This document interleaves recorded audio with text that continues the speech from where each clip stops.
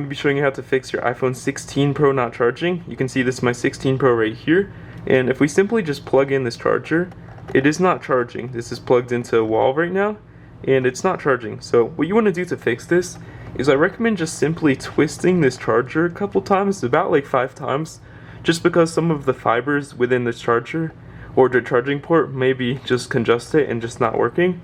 And if that still does not work, what you want to do is I recommend just blowing simply into your charger hole. Just go and it should get some of the dust and debris out of it.